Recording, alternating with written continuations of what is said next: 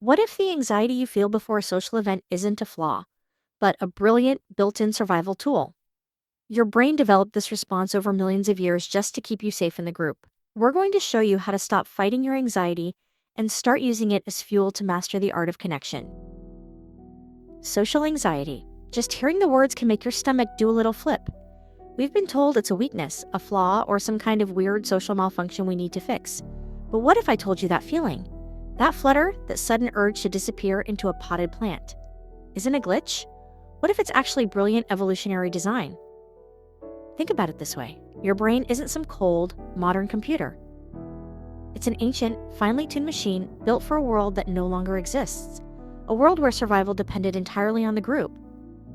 Over millions of years, your ancestors developed one non-negotiable rule for staying alive. You must be accepted by the tribe. Back then, if the tribe rejected you, it wasn't a bad day. It was literal, immediate death. No tribe meant no protection from predators, no shared food, no shelter. Being socially excluded was the equivalent of being told, your life support is being disconnected. And here is the beautiful, powerful, and slightly terrifying realization. Your brain still carries this ancient wisdom. That rush of adrenaline you feel before walking into a crowded room, that frantic mental checklist of, am I standing correctly?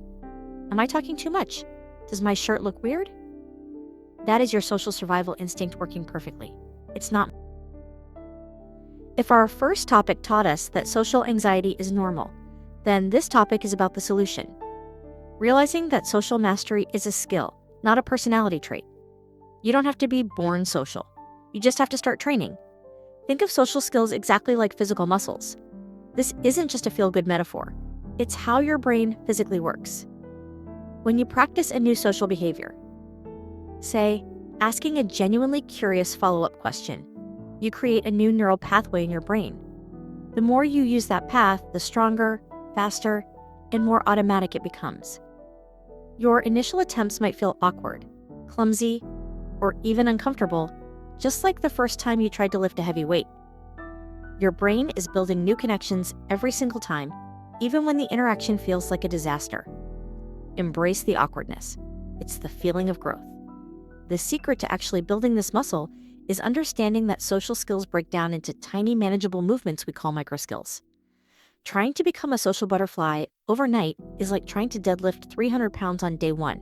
It leads to frustration and injury. Instead, we start small. We focus on one rep at a time. Making eye contact, that's one rep. A slow smile, another rep. Asking a follow-up question, that's a powerful rep. Sharing a relevant, brief story. Another rep to build connection. Each small movement builds your social strength. The consistent effort of these tiny reps is what truly creates that effortless social flow you admire in others. It's the difference between doing 5 minutes of conversation every day and trying to survive a 5-hour party once a month. Your brain needs regularity to build and cement those neural pathways. Just like physical exercise, you need proper form and recovery time. Proper form, the how. This means being intentional about how you perform the micro skill. For example, when practicing a follow-up question, the proper form is being genuinely curious about the answer, not just waiting for your turn to talk. The focus shifts from your performance to their experience. Recovery time, the breather. You can't be on all the time. Your social muscles need time to recover and adapt. If you have a demanding social event, give yourself a quieter day afterward. Honor your energy levels. This prevents burnout and makes your practice sustainable. Consistency, the compound interest. This is the ultimate accelerator. Small, consistent interactions create enormous social momentum. A simple hello to a neighbor, a brief friendly chat with the barista, a 5-minute conversation with a coworker. These are your daily momentum builders. Social momentum works exactly like physics.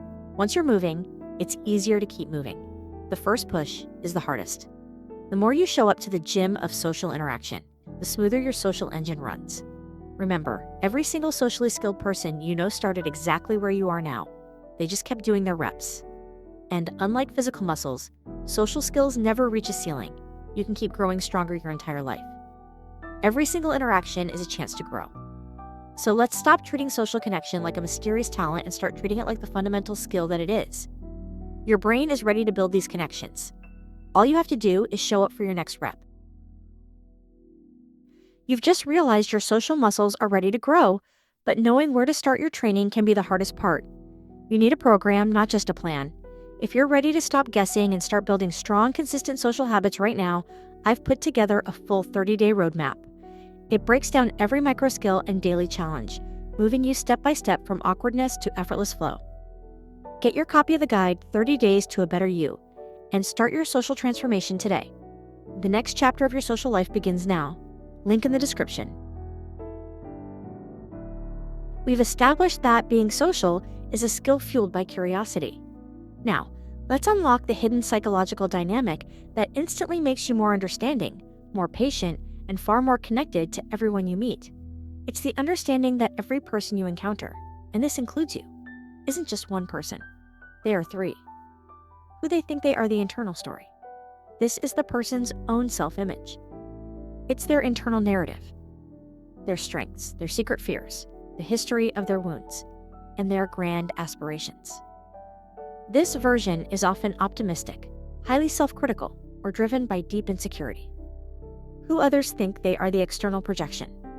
This is the version you and others see. It's a snapshot built on limited data. Their job title, their clothes, the last conversation you had, or maybe just their facial expression. This version is often an incomplete, biased, and changing perception. Who they actually are, the core self. This is the true, complicated, evolving human being that exists somewhere between the internal story and the external projection. It's the constant, complex truth. Think about yourself for a moment. You know you have a clear picture of who you are, your hidden kindnesses, and your silly flaws. But other people see a vastly different version of you based only on the few interactions they've had. And somewhere in the middle lies the real you. When someone seems difficult, aloof, or even unfriendly, your natural tendency is to react to version number 2. Who others think they are, the external mask. You might think, that person is cold. But when you understand the 3-person theory, you gain an immediate social superpower: empathy and patience. You realize you're probably only seeing one version, and that version is likely a protection mechanism. Maybe they seem distant number 2 because they think they are being appropriately cautious number 1 to protect an old wound number 3. Maybe they are talking over you number 2 because they secretly feel inadequate number 1 and need to prove their capability number 3. This awareness instantly stops you from taking things personally. You stop reacting to the surface behavior and become curious about the underlying version. You become an investigator, not a judge. How do you move past the mask number 2 and connect with the core self number 3? The answer is strategic vulnerability. Trust isn't built through time. It's built through the progressive sharing of vulnerability.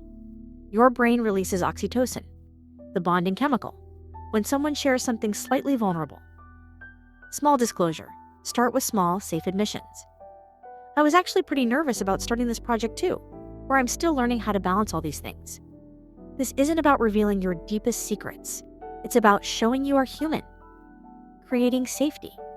When you admit to small struggles or mistakes, you give others permission to be human too. This creates psychological safety. Matching. Watch what happens. When you share a small vulnerability, others naturally match it, saying, "Yeah, I struggle with that too," or "I thought I was the only one." Each exchange builds deeper trust, step by step. The final piece of this puzzle is boundary mastery. This might sound backward, but strong boundaries make strong connections.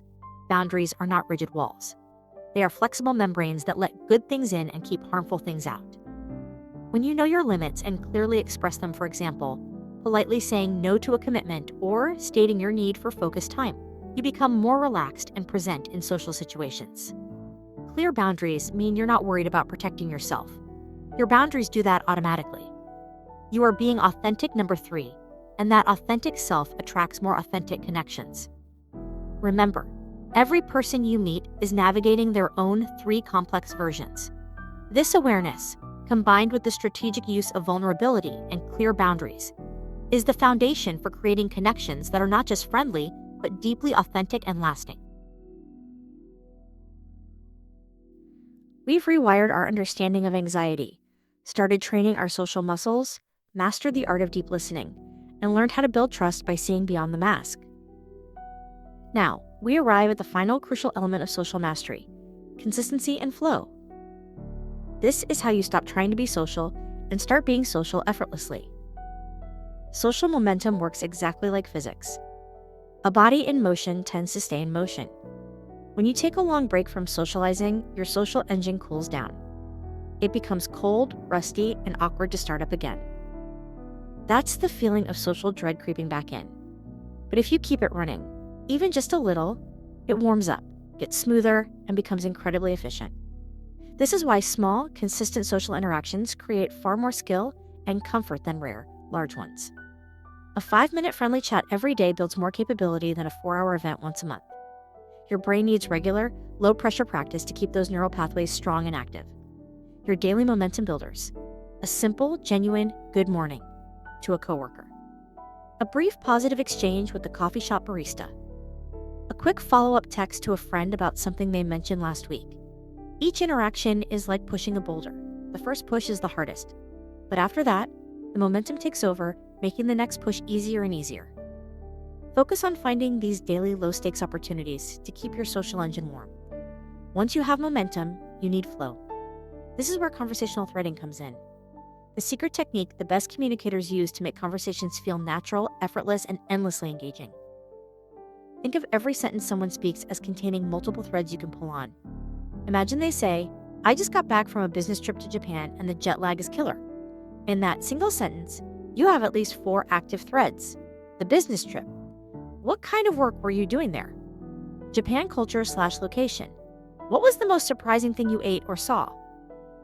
The jet lag experience/feeling. What's your best jet lag recovery tip? Just got back timing/plans. What are you looking forward to most now that you're home? Your job is simply to spot these threads and gently weave between them. This is how you avoid those awkward dead ends and question-answer ping-pong matches. You never have to worry about what to say next, because they just gave you 4 new options. To turn flow into lasting connection, we use 2 advanced techniques: context banking and open loops. Context banking. This is your secret weapon for deep connections. During a conversation, you actively store key details: future plans, current challenges, important dates. The art is combining this with a permission structure, a natural reason to reconnect later. If they mention an upcoming job interview, that's a permission structure to check in. If they mention planning a huge weekend hike, that's your permission structure. Later, when you follow up with, "How did that presentation go last week?" Or, "Did you find that new hiking trail?" You are demonstrating that you listened, remembered, and cared. People rarely forget how you made them feel when you remembered what mattered to them. Open loops. This keeps the engagement alive. An open loop is an unfinished story or idea.